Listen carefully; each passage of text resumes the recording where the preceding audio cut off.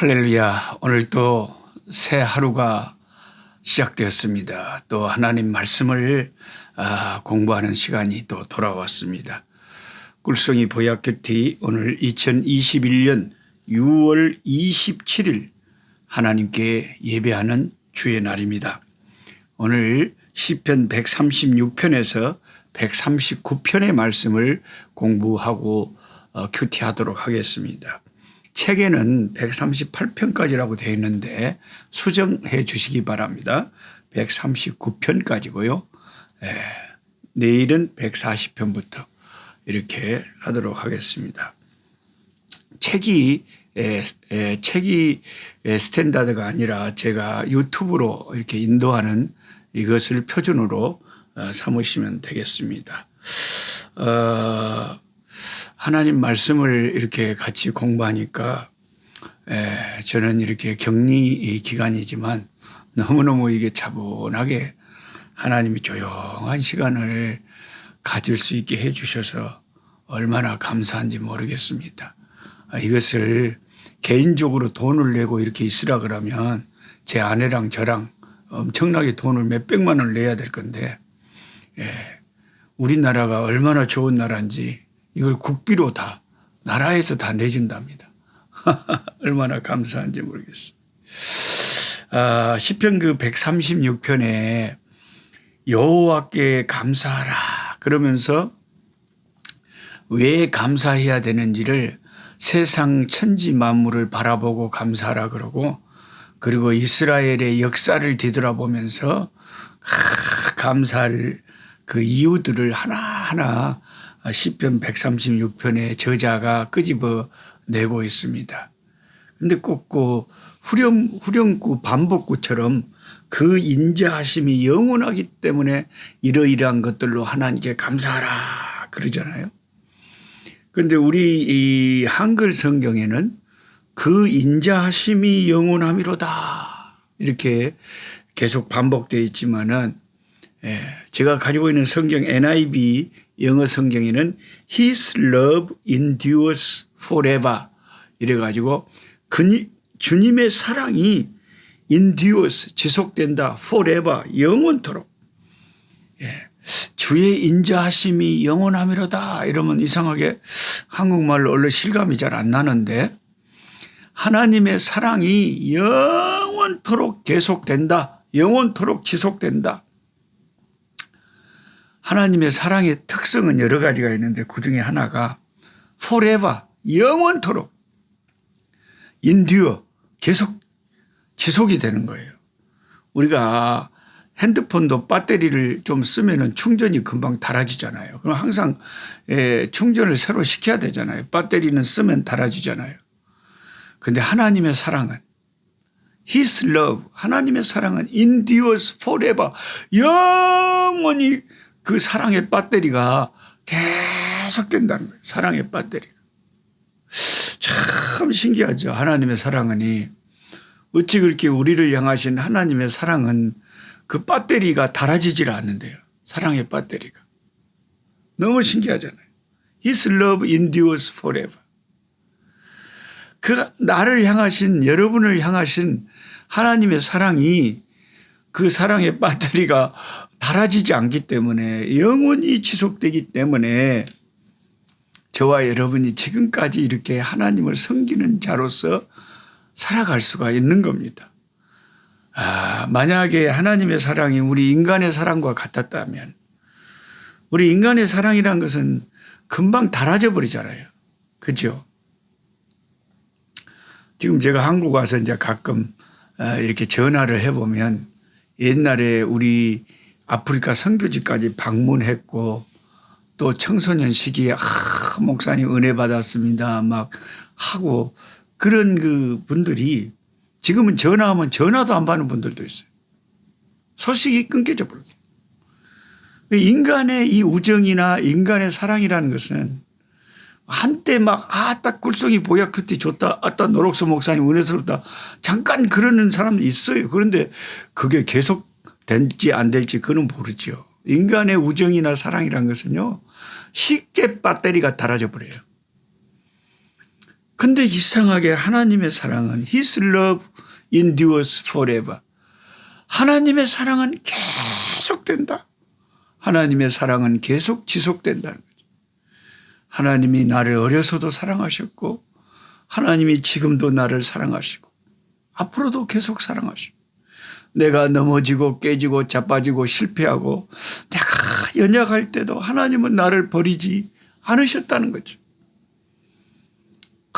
제가 제일 살면서 가슴 아팠을 때가 몇 번 있었죠. 우리가 그런 질문을 가끔 받잖아요. 당신은 가장 인생에서 행복했을 때가 언제입니까? 당신의 인생에서 가장 슬펐을 때가 언제입니까? 제 인생에서 가장 슬펐을 때 중에 한 가지를 생각하면 정말 저를 그렇게 따르고 영의 아버지다 그러고 막 사랑했던 그 제자들이 내가 무슨 좀 별로 안 좋은 소문이 들리고 아따 노록소 목사가 별로 안 좋다더라 그런 소문이 들고 그랬다고 언제 내가 당신을 봤느냐 한 것처럼 싹 고개를 돌려버리고 아주 같이 그 비난에 동참하고 나쁜 소문을 더 퍼뜨리고 싫어하고 다 연락을 끊어버리고 이제 그랬을 때 그때 정말 마음이 아프고 괴롭고 슬프더라고요. 인생의 그 인간의 그 사랑이나 인간의 우정이란 것이 이렇게 배터리가 쉽게 닳아져 버리는 것이구나. 이런 우리가 아픔을 저만 겪겠습니까? 여러분도 인간관계에서 자기들이 필요하고 그럴 때는 아이고 그렇게 좋아하다가 무엇이 또 자기한테 해가 될 것 같고 무엇이 또 안 좋으면 또 차디차게 식어버리는 것이 인간들의 우정이고 인간들의 사랑이잖아요.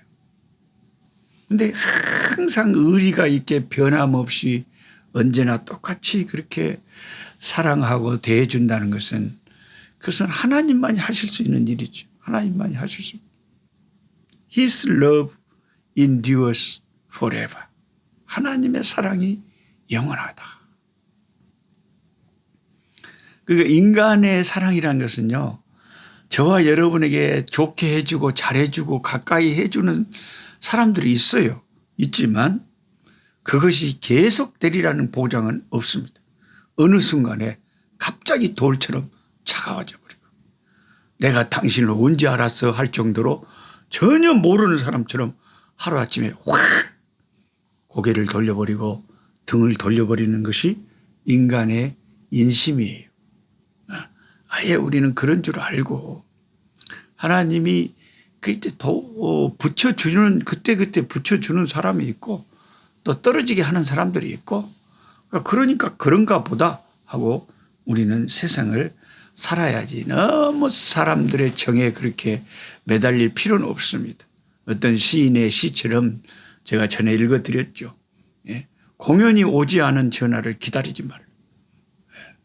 비가 오면 비를 맞고 걸어가고 눈이 오면 차가운 눈을 맞으면서 걸어가라. 인생이란 것은 외로움을 참고 견디는 것이다. 하나님의 사랑만 영원히 지속되는 것이지 인간의 사랑이라는 것은 변화무쌍하는 것이다. 그런 걸 아셔야 돼요. 그에 참 어제 어떤 슬픈 스토리를 제가 유튜브로 봤는데 자기가 사랑했던 그 여자가 암이 들었대요. 암이 들어서 이제 자궁암이 걸려가지고 그것도 처녀가 그런 암이 걸렸으니까 얼마나 힘들겠어요. 3기가 됐는데 이제 죽음이 다가올 거 아닙니까?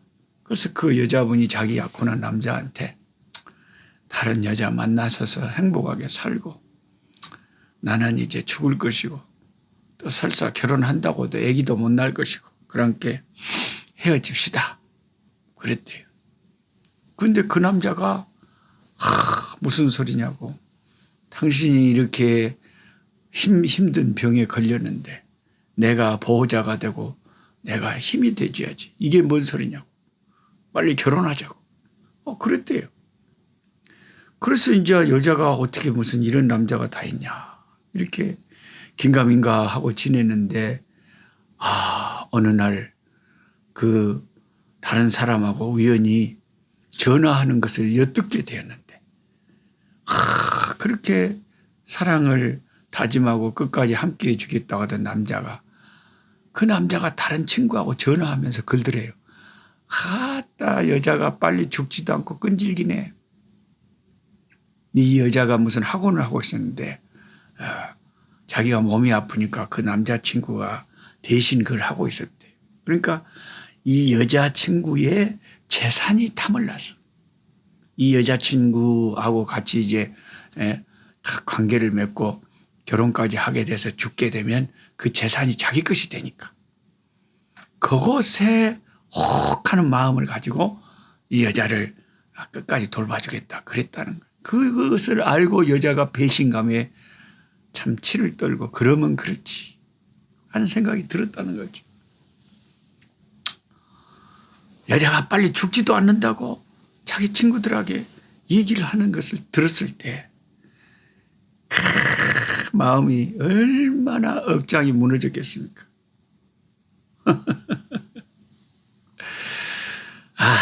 그래서 여러분 시편 136편에 수없이 아멘처럼 후렴구처럼 계속되는 주의 인자하심이 영원함이로다 하는 이 말씀, 영어로 직역하자면 하나님의 사랑은 영원히 지속됩니다. 하나님의 사랑은 영원히 지속됩니다. 하나님이 사랑만이 영원히 지속되는 거예요.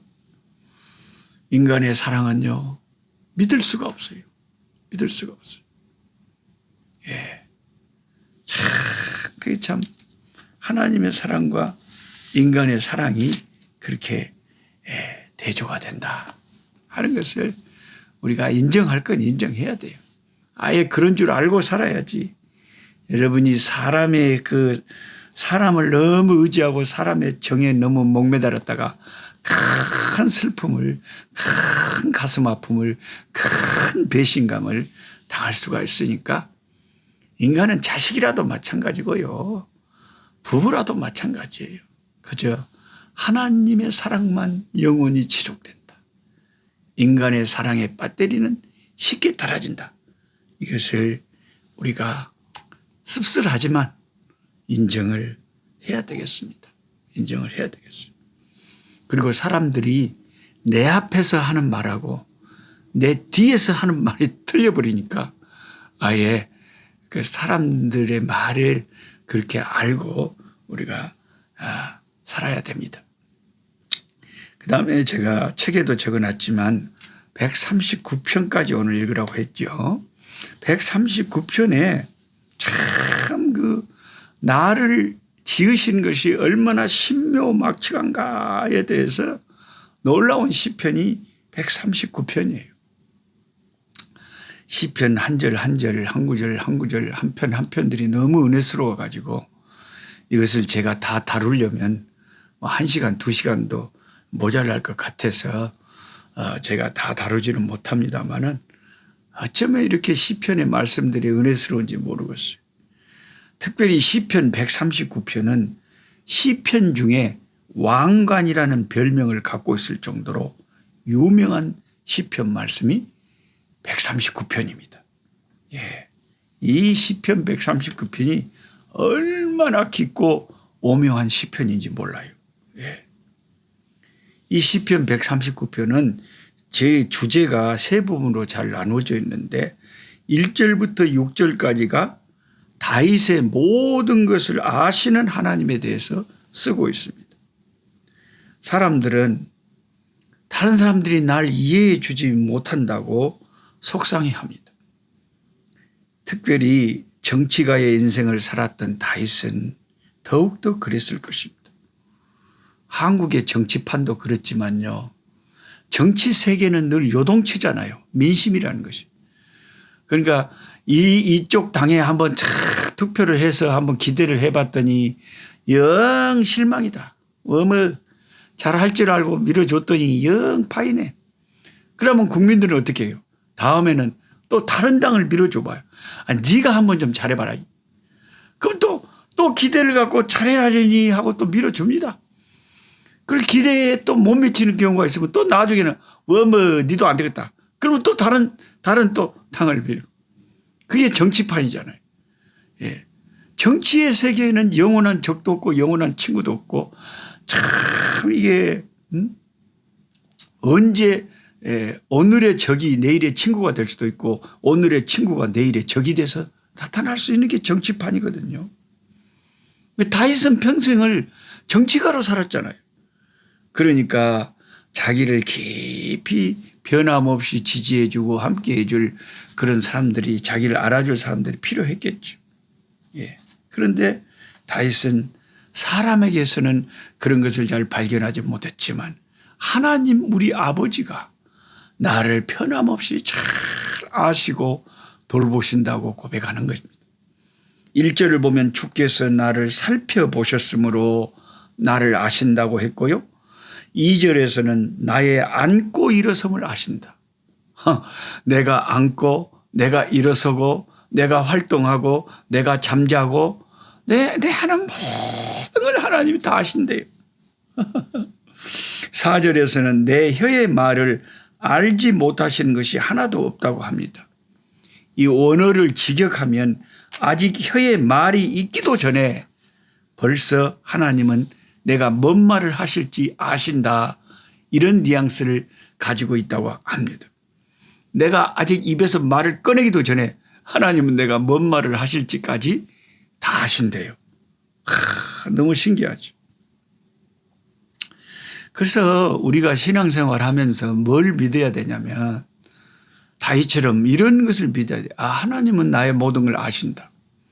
내 생각을 아시고 내 마음을 아시고 내 형편을 아시고 내게 무엇이 필요한 줄을 아시고 내 비전을 아시고 내 꿈을 아시고 내 소망을 아시고 내 성격을 아시고 내 장단점을 아시고 내 모든 존재 자체를 모르시는 것이 하나도 없는 분이 하나님이시다. 하나님이 내 모든 것을 아신다고 믿을 때에 마음의 평안함이 임하잖아요. 마음의 평안함이죠. 5절에 다윗이 이렇게 말합니다. 주님께서 나의 앞뒤를 둘러싸시고 내게 안수하셨나이다. 하나님이 나를 앞에서 뒤에서 나를 둘러싸시죠. 나를 둘러싸시고 나에게 안수를 하셨다. 나를 축복하셨다는 거죠. 나를 앞뒤로 둘러싸시고 나를 축복하시는 하나님. 다윗이 그 하나님을 생각할 때 얼마나 힘이 되셨겠습니까? 됐겠습니까? 7절에 보면 내가 주의 영을 떠나 어디로 가며 주 앞에서 어디로 피하리까? 이 7절의 말씀을 보면 무슨 생각을 할 수 있냐면 다윗도 때로는 하나님을 피하고 싶을 때가 있었다 하는 걸 짐작할 수가 있어요. 그러니까 다윗이 내가 하나님을 어디로 피할 수가 있겠습니까? 라고 말하는 걸 보면 범죄한 아담과 하하가 하나님을 피해서 나무 뒤에 숨었던 것처럼 타락한 인간은 때로는 하나님과 늘 함께하고 싶은 그런 성령 충만할 때의 본성이 있는가 하면 우리가 세상과 가까이 살 때는 하나님을 좀 피해서 세상과 제약을 누리고 싶을 때가 있는 것이 타락한 인간의 본성이라는 거죠. 그런데 우리가 하나님을 피할 수가 없다는 거죠. 하늘에 올라가도 하나님이 계시고 음부에 내려가도 하나님이 거기 계시는데 우리가 하나님을 피할 길이 없다 하는 것이, 하나님 피할 길이 없어요. 그리고 이제 14절부터 21절까지는 하나님이 우리를 지으신 것이 너무 신묘막측한 것에 대해서 이야기를 합니다. 우리 인체의 신비를 생각하면 러시아의 과학자였던 챔버스라고 하는 사람은 원래 무신론자였는데 기독교인이 되었다고 합니다. 어느 날 그는 자기 집에서 의자에 앉아서 자기 어린 딸을 바라보고 있었답니다. 그런데 그 의자에서 가만히 딸을 바라보고 있는 딸의 귀를 보았대요. 귀를 봤는데 공산주의자들이 생각하는 것처럼 인간이 우연히 무슨 뭐 플랑크톤이 변해서 무엇이 되고 뭐가 돼서 진화돼 가지고 원숭이가 되고 원숭이가 사람이 되고 그랬다면 어떻게 내 딸의 저 귀가 저렇게 정교할까? 과학자니까 너무 신기했다는 거예요. 이 귀라고 하는 것은 이 세상에서 나는 소리를 고막에 전달을 하는데 고막을 진동을 시킨대요. 우리 귀 속에 있는 고막을 소리가 진동을 시킨대요. 그 고막이 10억 분의 1cm 정도로 흔드는 미세한 진동을 감지할 수 있다고 합니다. 그 진동이 귀 속에 있는 체액으로 흘러들어가고 신경 자극으로 전환돼 가지고 뇌로 전달하고 뇌는 다양한 음파를 구분해서 사람 소리, 음악 소리, 동물 소리를 구분해 가지고 인식을 한다 그럽니다. 가만히 그 소리를 인식하는 귀의 기능을 가만히 생각하던 이 과학자는 아니 저게 어떻게 우연히 저렇게 만들어질 수 있어? 말도 안 돼. 말도 안 돼. 저것은 누군가가 저렇게 정교하게 설계하고 고안하고 생각하고 저렇게 만들지 않으면 어떻게 저렇게 소리를 인식할 수 있는 귀가 만들어질 수 있겠냐. 이 한 가지를 생각할 때에 그는 이 인체를, 사람을, 우주를, 천지를 지으신 분이 창조주가 계신다 하는 생각을 하게 됐다는 것입니다. 여러분 우리의 심장은 어떻습니까? 심장은 하루에 10만 번을 작동을 하는데 5.8톤이라고 되는 피를 끊임없이 퍼올린답니다. 우리 핏줄의 길이가요 12만 킬로 돼요. 12만 킬로. 아니 나는 근데 이게 아무리 생각해도 믿어지지가 않아요. 사람의 핏줄의 길이를 총 합하면 12만 킬로. 아니 근데 12만 킬로는요 지구 둘레가 4만 킬로니까 지구를 3바퀴를 도는 거나 똑같아요. 예? 근데 어떻게 심장이 한번 뛰어서 그 1분 안에 지구를 3바퀴를 그래 그 핏줄을 돌아가서 피가 한 바퀴 돈대요. 그리고 여러분 12만 킬로나 되는 핏줄의 길이를 한번 생각해 볼 때 그게 어떻게 내 인체 속에 다 들어갈 수가 있겠습니까? 실같이 진짜 가벼운 실이라도요 12만 킬로라면 그렇게 긴 실을 어떻게 내 안에다 다 집어넣을 수가 있대요. 이게 생각해 보면 이게 목사님 뭐 12만 킬로나 된답니까? 뭐 지구를 3바퀴나 돌아요. 참말이다니까요. 여러분 다 지금 요새는 핸드폰이 있으니까 한번 찍어보세요. 핏줄의 길이가 인체의 핏줄의 길이가 얼마인가 12만 킬로라고 나온다니까요.